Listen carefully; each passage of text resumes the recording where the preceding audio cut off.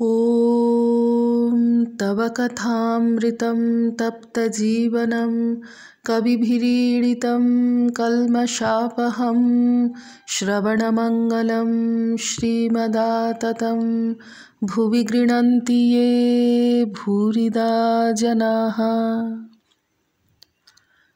দক্ষিণেশ্বরে শ্রীরামকৃষ্ণ ভক্ত সঙ্গে ষোড়শ পরিচ্ছেদ। আজ শনিবার 22শে ডিসেম্বর 1883 খ্রিস্টাব্দ। এখন বেলা 9টা হইবে। বলরামের পিতা আসিয়াছেন।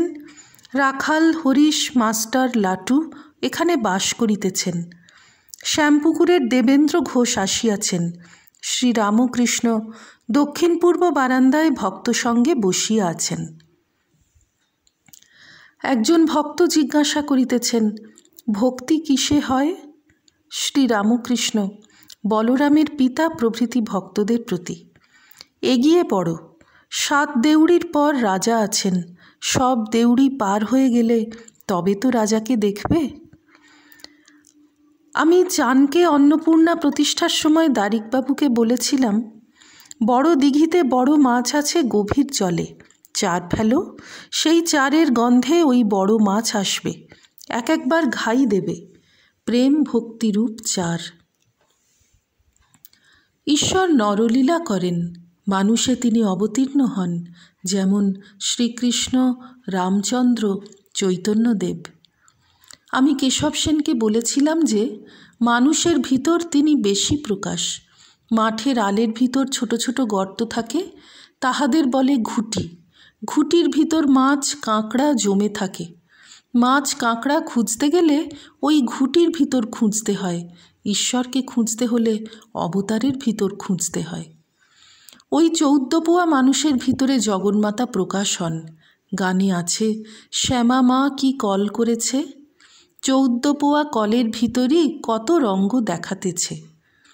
আপনি থাকি কলের ভিতরই, কল ঘুরায় ধরে কল ডুরি, কল বলে আপনি ঘুরি, জানে না কে ঘুরাতেছে।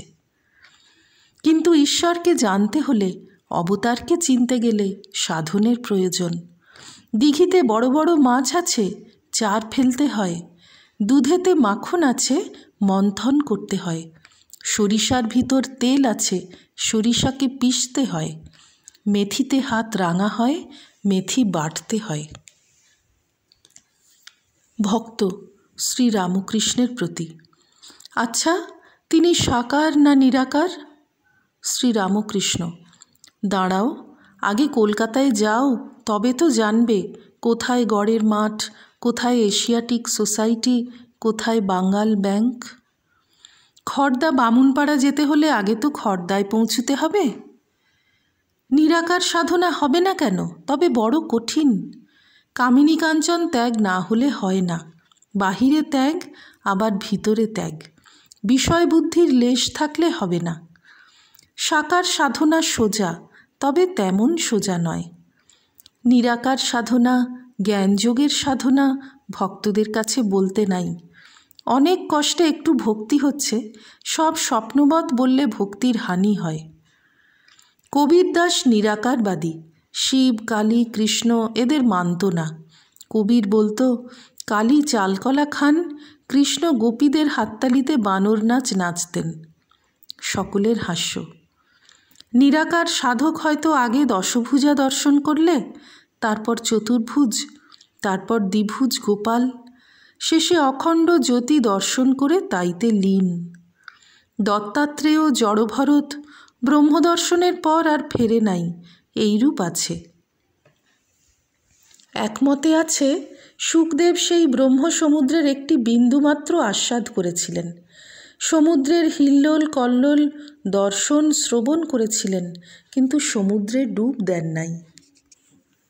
একজন ব্রহ্মচারী বলেছিল, কেদারের ওদিকে গেলে শরীর থাকে না। সেইরূপ ব্রহ্মজ্ঞানের পর আর শরীর থাকে না, 21 দিনে মৃত্যু। প্রাচীরের ওপারে অনন্ত মাঠ। 4 জন বন্ধু প্রাচীরের ওপারে কি আছে দেখতে চেষ্টা করলে। একজন প্রাচীরের উপর উঠে ওই মাঠ দর্শন করে হা হা করে হেসে অপর পারে পড়ে যেতে লাগলো। তিনজন কোনো খপর দিলে না, একজন শুধু খপর দিলে। তার ব্রহ্মজ্ঞানের পরও শরীর রইল লোকশিক্ষার জন্য, যেমন অবতার আদির। হিমালয়ের ঘরে পার্বতী জন্মগ্রহণ করলেন আর পিতাকে তাঁর নানান রূপ দেখাতে লাগলেন। হিমালয় বললেন, মা, এসব রূপ তো দেখলাম, কিন্তু তোমার একটি ব্রহ্মস্বরূপ আছে, সেইটি একবার দেখাও। পার্বতী বললেন, বাবা, তুমি যদি ব্রহ্মজ্ঞান চাও তাহলে সংসার ত্যাগ করে সাধুসঙ্গ করতে হবে। হিমালয় কোনো মতে ছাড়েন না। তখন পার্বতী একবার দেখালেন। দেখতেই গিরিরাজ একেবারে মূর্ছিত। এ যা বললুম সব বিচারের কথা। ব্রহ্মসত্য জগৎ মিথ্যা, এই বিচার সব স্বপ্নবৎ, বড় কঠিন পথ। এ পথে তাঁর লীলা স্বপ্নবৎ মিথ্যা হয়ে যায়, আবার আমিটাও উড়ে যায়। এ পথে অবতারও মানে না, বড় কঠিন। এসব বিচারের কথা ভক্তদের বেশি শুনতে নাই। তাই ঈশ্বর অবতীর্ণ হয়ে ভক্তির উপদেশ দেন, শরণাগত হতে বলেন। ভক্তি থেকে তাঁর কৃপায় সব হয়, জ্ঞান বিজ্ঞান সব হয়। তিনি লীলা করছেন, তিনি ভক্তের অধীন। কোনো কলের ভক্তি ডোরে আপনি শ্যামা বাঁধা আছে। কখনো ঈশ্বর চুম্বক হন, ভক্ত ছুঁচ হয়, আবার কখনো ভক্ত চুম্বক হয়, তিনি ছুঁচ হন। ভক্ত তাঁকে টেনে লয়, তিনি ভক্ত বৎসল, ভক্তাধীন। একমতে আছে, যশোদাদি গোপীগণ পূর্বজন্মে নিরাকারবাদী ছিলেন, তাঁদের তাতে তৃপ্তি হয় নাই। বৃন্দাবন লীলায় তাই শ্রীকৃষ্ণকে লয়ে আনন্দ। শ্রীকৃষ্ণ একদিন বললেন, তোমাদের নিত্যধাম দর্শন করাবো, এসো যমুনায় স্নান করতে যাই। তাঁরা যাই ডুব দিয়েছেন, একেবারে গোলক দর্শন। আবার তারপর অখণ্ড জ্যোতি দর্শন। যশোদা তখন বললেন, কৃষ্ণ রে, ওসব আর দেখতে চাই না, এখন তোর সেই মানুষরূপ দেখব, তোকে কোলে করব, খাওয়াবো। তাই অবতারে তিনি বেশি প্রকাশ। অবতারের শরীর থাকতে থাকতে তাঁর পূজা সেবা করতে হয়। সে যে কোঠার ভিতর চোর কুঠরি, ভোর হলে সে লুকাবে রে। অবতারকে সকলে চিনতে পারে না। দেহ ধারণ করলে রোগ শোক ক্ষুধা তৃষ্ণা সবই আছে মনে হয়, আমাদেরই মতো। রাম সীতার শোকে কেঁদেছিলেন। পঞ্চভূতের ফাঁদে ব্রহ্ম পড়ে কাঁদে। পুরাণে আছে, হিরণ্যাক্ষ বধের পর বরাহ অবতার নাকি ছানাপোনা নিয়েছিলেন, তাদের মাই দিচ্ছিলেন। সকলের হাস্য। সধামে যাবার নামটি নাই। শেষে শিব এসে ত্রিশূল দিয়ে শরীর নাশ করলে তিনি হিহি করে হেসে সধামে গেলেন। সপ্তদশ পরিচ্ছেদ। বৈকালে ভবনাথ আসিয়াছেন, ঘরে রাখাল মাস্টার হরিশ প্রভৃতি আছেন। শনিবার 22শে ডিসেম্বর 1883। শ্রীরামকৃষ্ণ ভবনাথের প্রতি।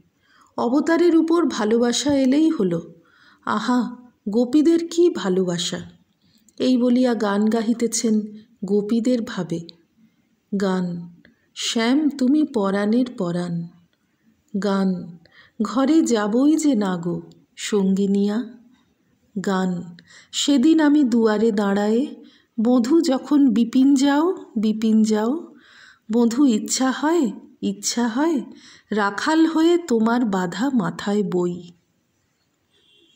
রাসমধ্যে যখন শ্রীকৃষ্ণ অন্তর্হিত হলেন, গোপীরা একেবারে উন্মাদিনী।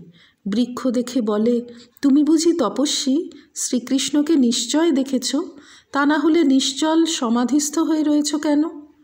ত্রিনাচ্ছাদিত পৃথিবী দেখে বলে, হে পৃথিবী, তুমি নিশ্চিত তাঁকে দর্শন করেছ, না হলে তুমি রোমাঞ্চিত হয়ে রয়েছ কেন? অবশ্য তুমি তাঁর স্পর্শ সুখ সম্ভোগ করেছ। আবার মাধবীকে দেখে বলে, ও মাধবী, আমায় মাধব দে। গোপীদের প্রেমোন্মাদ। যখন অক্রূর এলেন, শ্রীকৃষ্ণ বলরাম মথুরা যাবার জন্য তাঁর রথে উঠলেন, তখন গোপীরা রথের চাকা ধরে রইলেন, যেতে দেবেন না। এই বলিয়া শ্রীরামকৃষ্ণ আবার গান গাহিতেছেন, ধরো না রথচক্র, রথ কি চক্রে চলে? যে চক্রের চক্রী হরি, যাঁর চক্রে জগৎ চলে। শ্রীরামকৃষ্ণ বলিতেছেন, রথ কি চক্রে চলে? এ কথাগুলি আমার বড় লাগে। যে চক্রে ব্রহ্মাণ্ড ঘুরে, রথির আজ্ঞা লয়ে সারথি চালায়।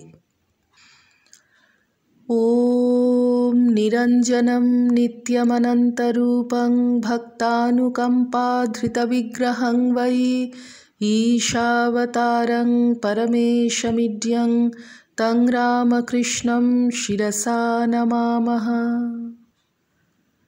শ্রীরামকৃষ্ণার্পণমস্তু।